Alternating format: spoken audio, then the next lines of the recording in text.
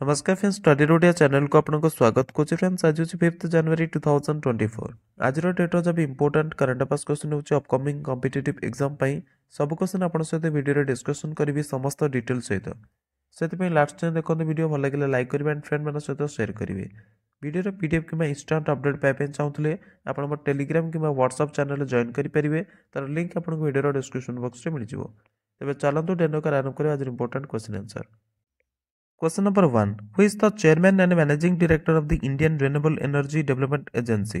भारतीय नवीनीकरणीय ऊर्जा विकास एजेंसी यूरेडार अध्यक्ष एवं प्रबंधक किए हेले?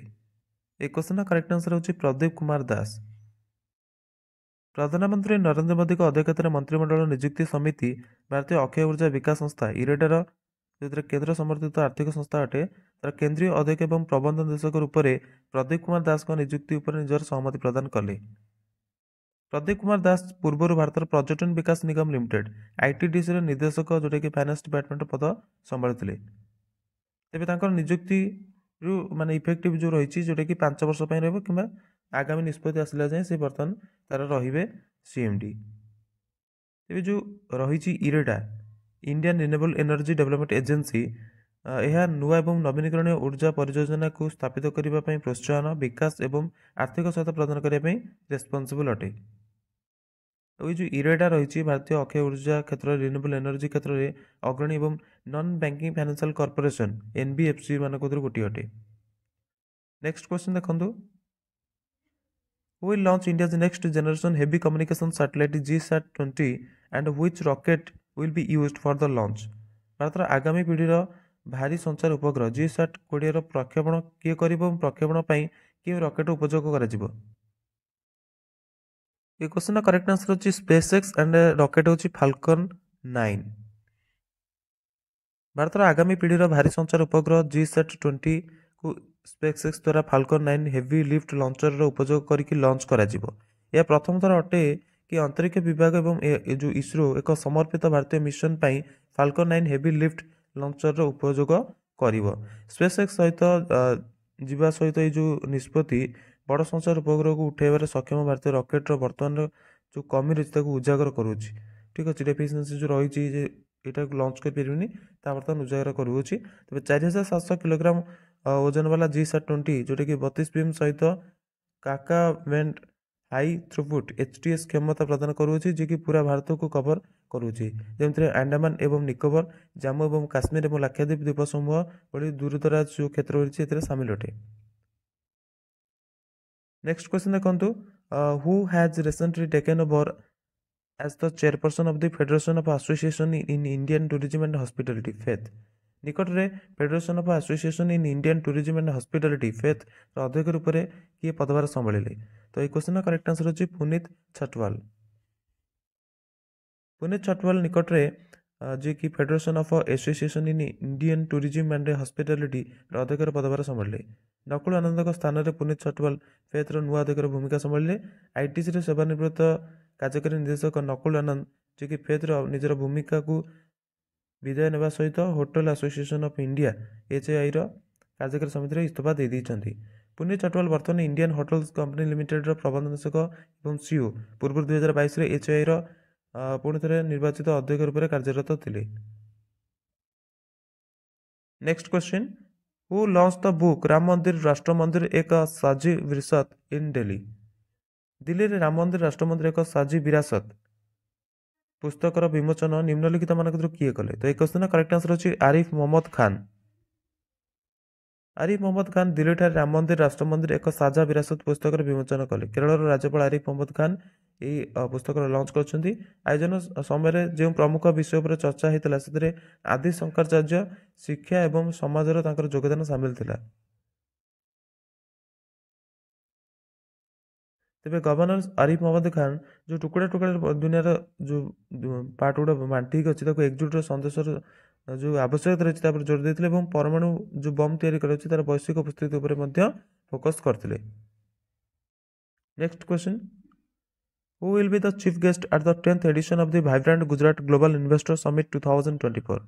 10 ରୁ 12 ଜାନୁଆରୀ 2024 पर्यंत गांधीनगर होगा भाइब्रांट गुजरात ग्लोबल इन्वेस्टर समिट्र 10ମ संस्करण मुख्य अतिथि निम्नलिखित मान किए हेबे?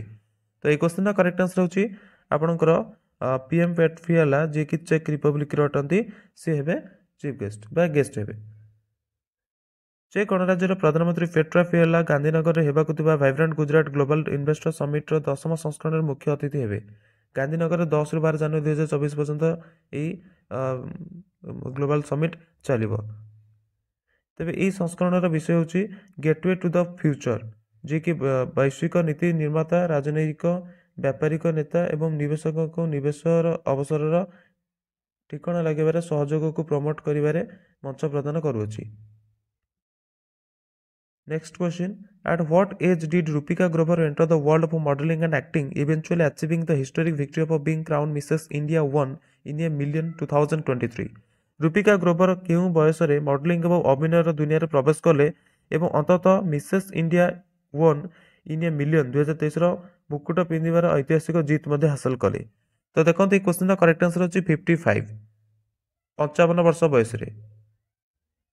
अनुभवी मॉडल एवं अभिनेत्री रूपिका ग्रोवर 55 वर्ष बयस Mrs India 1 in a million 2023 रो मुकुट पिंधिया गला। तेबे से सामाजिक मानदंडर चैलेंजेस देवा सहित यही कथा पर जोर देइछन्ति कि सुंदरता बयस ठारू ऊपर अटे। तेबे यही प्रतिष्ठित राष्ट्रीय टाइटल जीतिबा वाला से सबटु अधिक वयस्क प्रतियोगी हो गले। रूपिका 50 वर्षर बयस मॉडलिंग एवं अभिनय दुनिया प्रवेश करते एवं अमिताभ बच्चन एवं रणबीर सिंह भली उद्योग जो वरिष्ठ होती सहित स्क्रीन सेयरिंग से करछन्ति। Mrs India 1 in a million 2023 तांकर जीत कोरियोग्राफर संदीप सोपारकर एवं फैशन निर्देशक पीजेंट ट्रेनर कविता खरात भली गुरु मानक मार्गदर्शन सावधानीपूर्वक प्रस्तुतिर माध्यम हासिल करा जाई अछि। तेबे रूपिका निजर बहुमुखी प्रतिभार प्रदर्शन करने सहित प्रतियोगिता रे bold and beautiful classic fit classic एवं टैलेंटेड क्लासिक सहित बहुत गुड़े टाइटल जीति। नेक्स्ट क्वेश्चन देखिबा एगुडी सब बहुत इंपोर्टेंट क्वेश्चन होइछि पार्ट भलसे मन रखिबे। Where will the all India conference of director generals and inspector generals of police 2023 be held? महानिदेशक एवं पुलिस महानिरीक्षक अखिल भारतीय सम्मेलन 2023 केउठे आयोजित करा जिवो? तो ये क्वेश्चन करेक्ट आंसर होची जयपुर। जयपुर ठारे करा जिवो। महानिदेशक एवं पुलिस महानिरीक्षक अखिल भारतीय सम्मेलन 2023 रे जयपुर रे आयोजित करा जिवो।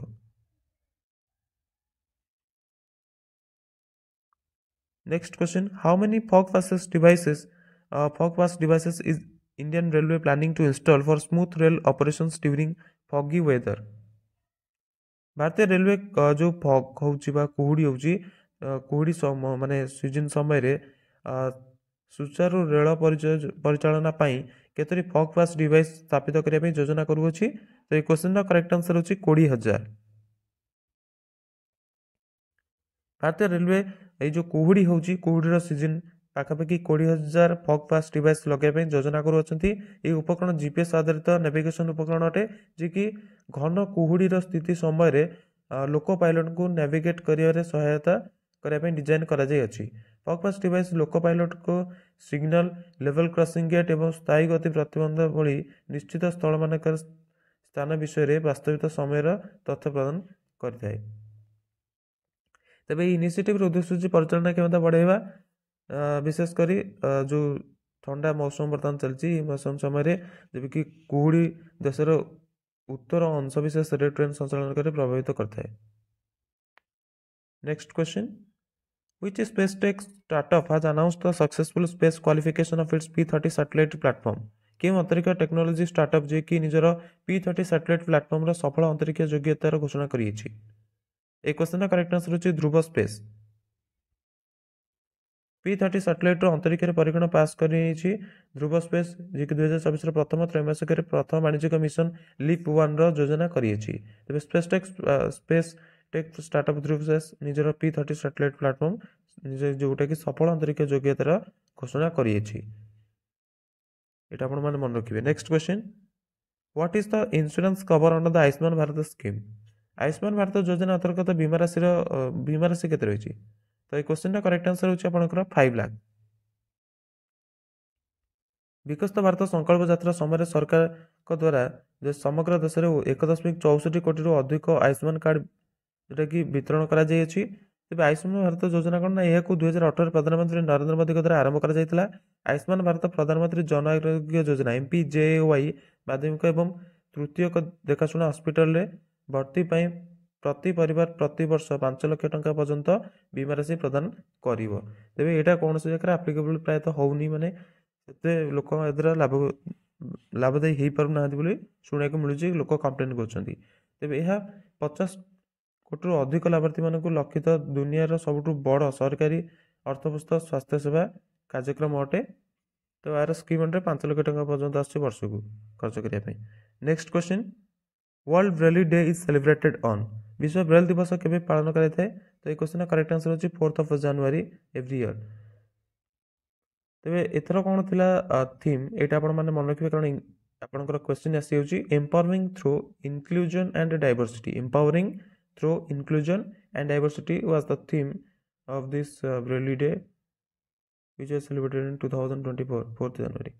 ବିଶ୍ୱ ବ୍ରେଲ୍ ଦିବସ ପ୍ରତ୍ୟେକ ବର୍ଷ 4 ଜାନୁଆରୀରେ ପାଳନ କରାଯାଇଥାଏ। ବିଶ୍ୱ ବ୍ରେଲ୍ ଦିବସ 2024ର ବିଷୟ ହେଉଛି ସମାବେଶ ଏବଂ ବିବିଧତା ମାଧ୍ୟମରେ ସଶକ୍ତିକରଣ। ତେବେ ଏହି ଦିନ ଲୁଇ ବ୍ରେଲ୍ଙ୍କ ଜନ୍ମଦିନ ଅଟେ, ଯେଉଁଟାକି ତାଙ୍କର ଜନ୍ମଦିନକୁ ବ୍ରେଲ୍ ଦିବସ ଭାବରେ ପାଳନ କରାଯାଇଥାଏ। ନଭେମ୍ବର 2018ରେ ସଂଯୁକ୍ତ ରାଷ୍ଟ୍ର ମହାସଭା 4 ଜାନୁଆରୀକୁ ବିଶ୍ୱ ବ୍ରେଲ୍ ଦିବସର ଘୋଷଣା କରିଥିଲେ। ପ୍ରଥମ ବ୍ରେଲ୍ ପ୍ରଣାଳୀ 1829ରେ ପ୍ରକାଶିତ ହୋଇଥିଲା। ତେବେ ଏହି ବିଷୟ ଦୃଷ୍ଟିବାଧିତ ବ୍ୟକ୍ତିମାନଙ୍କୁ ସଶକ୍ତ କରିବାରେ ସମାବେଶ ଏବଂ ବିବିଧତାର ମହତ୍ତ୍ୱରେ ପ୍ରକାଶ ପକାଇଥାଏ। ସୋ ଫ୍ରେଣ୍ଡସ୍, ये ଥିଲା ଆଜିର ଇମ୍ପୋର୍ଟାଣ୍ଟ କ୍ୱେଶ୍ଚିନ୍ ଆନ୍ସର୍ସ। ଆଇ ହୋପ୍ ଆପଣଙ୍କୁ ଭିଡ଼ିଓଟି ଭଲ ଲାଗିଥିବ। ଯଦି ଭଲ ଲାଗିଛି ଲାଇକ୍ କରିବେ, ଫ୍ରେଣ୍ଡମାନଙ୍କ ସହିତ ସେୟାର କରିବେ ଅଧିକ ମାତ୍ରାରେ। ଆଉ ଯଦି ଲାଟେଷ୍ଟ କମେଣ୍ଟ ଜବ୍ସ ଭିଡ଼ିଓ ସହିତ ଏଜୁକେସନାଲ ଭିଡ଼ିଓସ୍ ଡେଲି ବେସିସ୍ରେ ଦେଖିବା ପାଇଁ ଚାହୁଁଛନ୍ତି, ଆପଣ ମୋ ଚ୍ୟାନେଲକୁ ସବସ୍କ୍ରାଇବ୍ କରିପାରିବେ। Thanks for watching. Best of luck for upcoming competitive exams. Take care of yourself and your family.